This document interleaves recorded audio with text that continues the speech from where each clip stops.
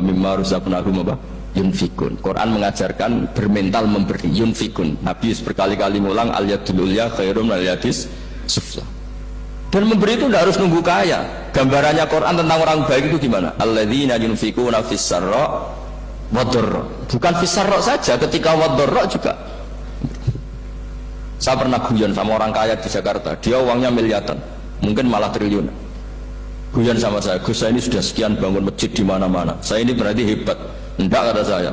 Enggak ada masjid, agama tetap jalan, kata. Karena di kampung-kampung sudah banyak masjid, kata. Masih keren tukang becak, kata. Kok bisa, Gus? Sama nyumbang masjid 1 miliar, itu masjid apa, kata saya? Ya masjid-masjid besar. Nah itu paling dipakai kubah atau menara atau apalah yang tidak mendesak. Tapi kalau orang miskin, ngutangi orang miskin itu kalau nggak utang hari itu nggak makan. Kan nggak mungkin tukang becak ke utang ada bank atau orang kaya raya, kan kenal saja enggak. Mesti orang miskin utangnya sama orang miskin. Saya kalau orang kaya utang Habibidin mesti mau beli Innova. Karena level orang elit, jadi utangnya itu beli Innova, aksesoris Innova, seri terbaru. Tapi kalau orang miskin sama orang miskin, utangnya itu beras untuk nyawa ya. Artinya apa? Kalau saya diutangi Habibidin untuk beli Innova, itu ganjarannya itu sekunder. Tapi kalau sesama orang miskin itu ganjarannya primer. Keren mana? Hutang-hutangannya orang miskin sama orang kaya. Satu menyelamatkan nyawa, satu menyelamatkan citra. Dia baru sadar, ternyata orang miskin lebih hebat ketimbang saya, lebih hebat, tapi tidak usah ditiru, kata saya. Cuma dia menjadi tidak sombong sekian miliar yang disumbangkan ke masjid, karena dia menjadi tahu ternyata itu tidak banget.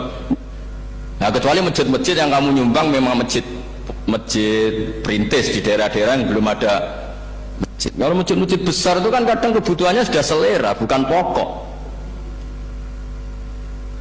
Nah saya ini cerita ya, jadi supaya orang tahu lah. Zaman Nabi itu orang sudah selesai semua dengan dirinya sendiri. Jadi maksud saya Islam nggak apa-apa tanpa masjid, itu masjid yang sudah sifatnya selera. Indonesia kan masjid sudah sifatnya selera semua.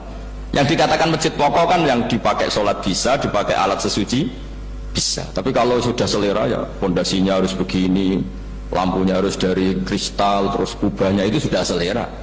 Nah rata-rata sumbangan yang miliatan itu kan sudah ke selera. Sementara orang miskin utang-utangan sama orang miskin untuk menyelamatkan apa coba? Nyawa. Artinya para orang miskin jangan kecil hati, wah saya sudah kok hanya 2 kilo, tapi 2 kilo nyawa. Dan itu pahalanya luar